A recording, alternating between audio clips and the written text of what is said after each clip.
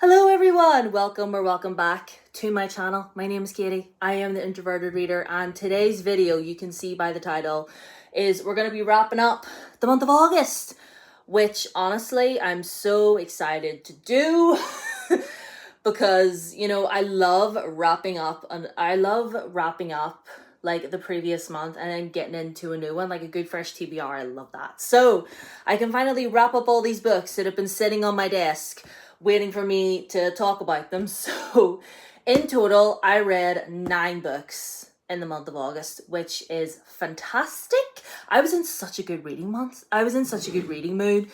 In August, like, that's all I wanted to do, just read and read and read. And I've got some really good ones here that are like, nothing was below a 4-star here. Although we did get one DNF, but I'll talk about that at the end. So anyway, the first book that I completed in the month of August was Reckless by Lauren Roberts. It's book 2 in her Powerless trilogy, and I did really enjoy this. It was one of my highly anticipated releases of this year because, as you know, I read Powerless and I absolutely loved it. But overall, I would give Reckless maybe a 4.5. Overall, it was still a really fun time. I still thoroughly enjoyed myself, and even though it is the second book in a trilogy, and usually a lot of times they can be really boring, can't they? But like, I wasn't bored thoroughly enough reading this. It was just like, yeah, she was just filling in the gaps and like, giving you a build up into book 3, which I believe is coming out next year. We have to wait a wee while, but that's fine. But yeah, I thoroughly enjoyed myself reading Reckless, and I don't think I need to talk about Powerless or Reckless because you all know. But anyway, we're short on time anyway. So, and then the next book that I read was the Introverted Reader book club pick for the month of August, and that was The Maid by Nita Prose. I have a full review of this on my channel if you want to go and watch it. I love this. It's like my first real dive into murder mystery, and I really love this. I thought it was great. It's about this, I'll give a short synopsis. It's basically this young lady works in a really fancy hotel, and as a maid, obviously, because hence the title, and she goes in to clean up a room, go on about her day, and discovers that the person that was in that room is dead. She finds his dead body, and it's like, oh. So, but yeah, go watch my review if you want more in-depth thoughts on that. But overall, I gave this 5 stars. I thought it was terrific. And then the next book that I completed was actually an audiobook, and that was Lucero by Maya Motain. It's the 3rd book in the Forgery of Magic series, the first one being Nocturna. And listen, if none of you have read the Forgery of Magic series, get up on it because it's amazing. I literally have given every single book in this trilogy 5 stars. Like, I'm not like Nocturna, Occulta, and then Lucero. Get into it. If you enjoy books about using forbidden magic, about a thief that can change her face and she's changed it so often she doesn't even know what she really looks like anymore, read this trilogy. Like, read it, okay? Just read it. It's amazing. And then after I finally I was so happy when I finished that. I was on such a high. Then I read Land of Stories: A Grim Warning by Chris Colfer. This is the 3rd book in his Land of Stories series. I never finished this. I've mentioned this before. I never finished this series, so I'm rereading the other books so that I can finally read the last book for the first time and finish it. But this, I would describe this as Once Upon a Time, but for kids. And if you love the TV show Once Upon a Time, then I would highly recommend reading this because it's very good.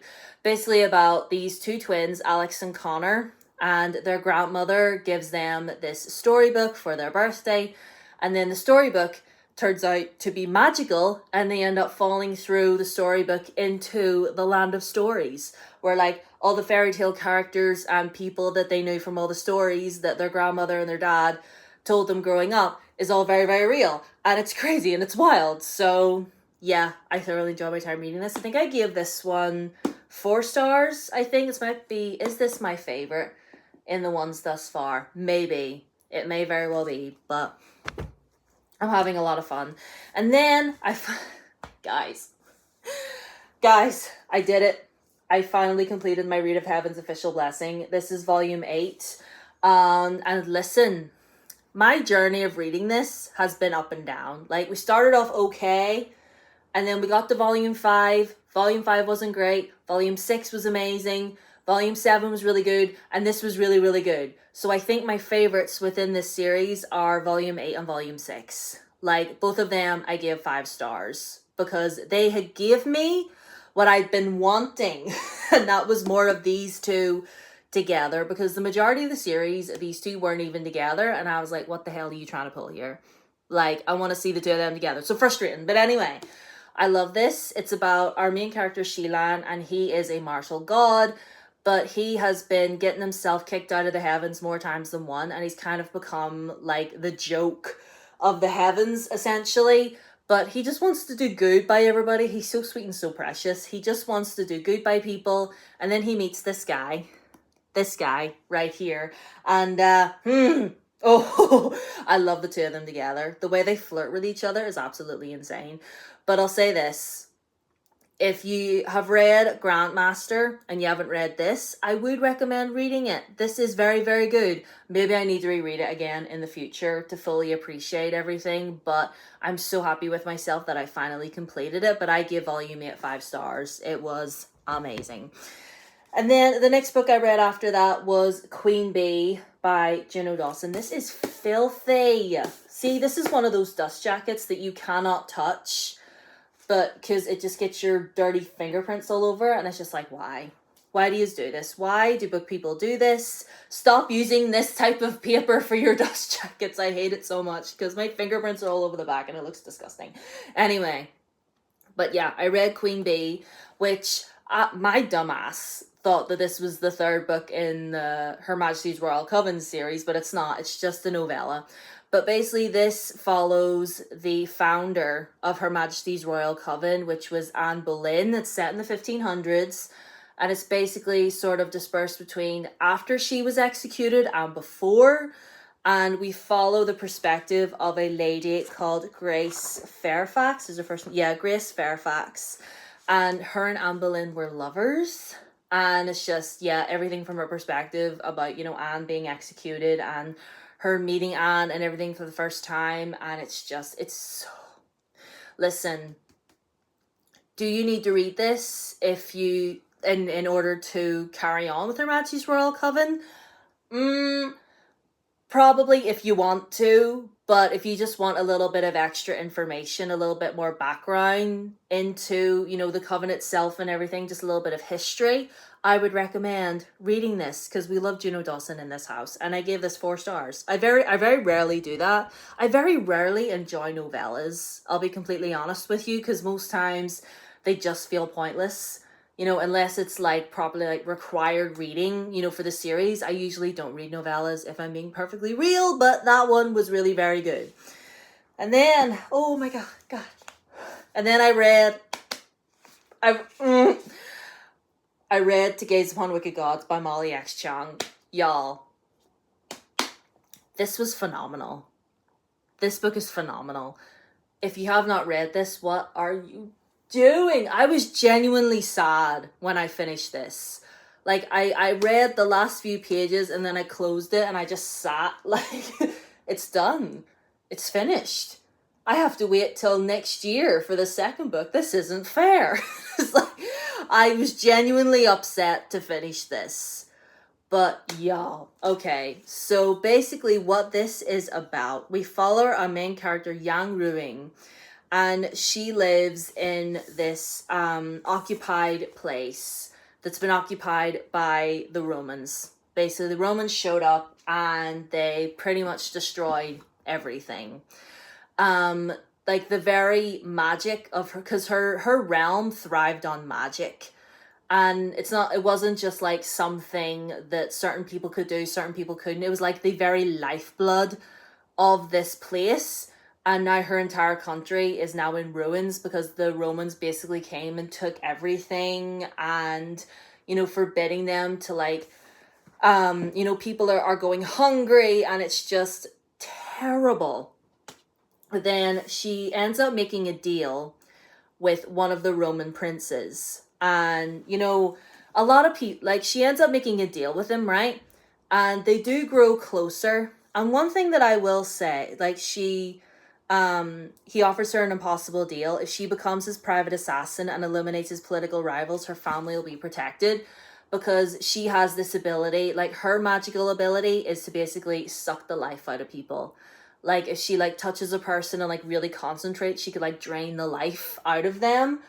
And he basically wants her to do that for his enemies, because he feeds her this whole story about, like, oh, I'll protect your family, and, like, I want peace as well, like, I don't want war or anything like that. And this was so well done. And I want to say this.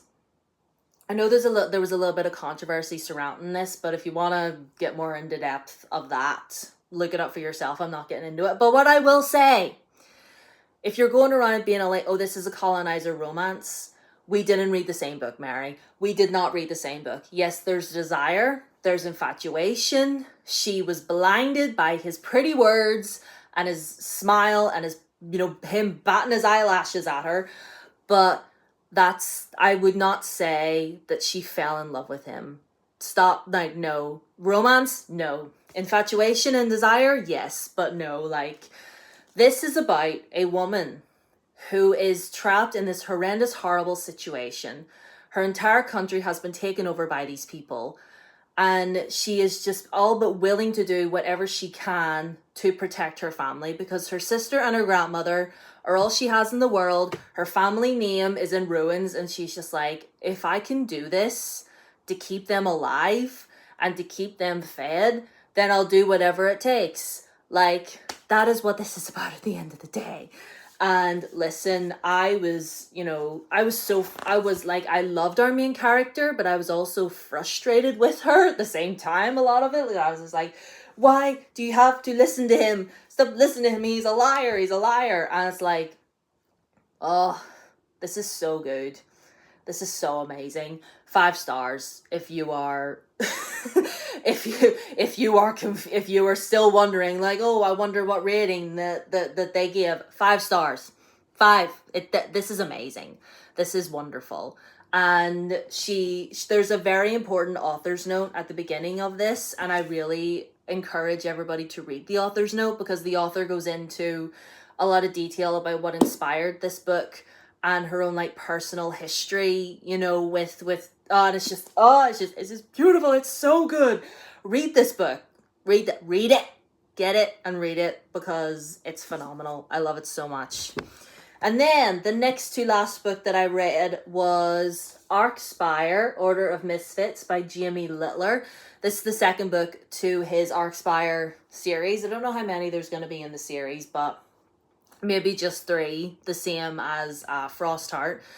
But this was an amazing sequel. I mean, at first it took me a while to get into it, because I had just finished Wicked Gods, and I was just like, oh, back in here, like, I just don't want to read it. But I got into it, and this, wonderful. Jimmy Littler has did it again. Like, oh my goodness. So basically, it's set within the city called Arcspire, and our main character, Juniper, lives within this city. She lives in a place called the Dregs, which is like this really poor area, and she considers herself a little bit of a thief, and, you know, she goes around trying to, like, steal things and steal relics and stuff, and this place is ruled over by this place called Arcanists, and not all is what it seems, is what I'll say. But listen, if you love good fun time middle grade, I would highly recommend Jimmy Littler in general. But yeah, this series is going really, really well. And the way this ended, are you kidding? Jimmy Littler, you went there, you hurt my heart, you hurt my feelings. But yeah, I'm super excited for the next book. I cannot wait. And then the very last book that I read, I don't have a physical copy of. I read it on my Kindle. I'm not going to talk about, because I'm going to make a separate video about it on Saturday. Because I'm doing this thing where I'm reading books from really popular authors, like, and this is an author that's been floating around here for a while, and I thought I would see some of their books and I'd be like, nah, I don't know if I'm interested, like that genre. I don't know if it's for me or whatever, but I mean, I've read a few books within it. But anyway, I'll get into more detail on my video on Saturday, but just know we had fun. Anyway, but then, so I started the audiobook for Dark and Hollow Star by Ashley Shuttleworth, but I DNF'd it. I just couldn't be bothered anymore. That's the God honest truth, honestly. But I did get pretty far. I got halfway through. I got over 200 pages into this, but my God, I couldn't have cared less. And like, the majority is about Fae. Why? I don't like Fae. You know this. I don't like Fae. I don't like fairies. Why in the hell? Why? I don't know, I guess because of the queer representation, I guess I attempted into it, but I couldn't be bothered. I just, no, couldn't be blimmin' bothered by it anymore. But you know what? That is good. DNFing books is good for me. I should do it more often. But anyway, so this is the month of August, all wrapped up. I'm very, very happy. I'm very, very pleased. We had a great reading month in August. I found some new favorites, which I'm thrilled about. And yeah, I will talk more about the very last book that I read in August in my video on Saturday. Like, I've taken notes and everything. I was taking notes while I was reading that book. Like, be prepared. Anyway, so I'll see you on Saturday for that. Let me know what you read in August. Did you discover any new favorites? Have you been reading that much? Are you still stuck in that wee slump after the summertime? Let me know. Anyway, all my socials are down below as always. Twitter, Instagram, and TikTok. On my TikTok, there's very important videos pinned on my profile concerning Palestine and the Congo. So please interact with them as much as you can. Leave a like so the algorithm knows you like me. Subscribe if you haven't already. Ring the bell. Do all those things. And yeah, I'll see you on Saturday for that special video. Okay? Bye!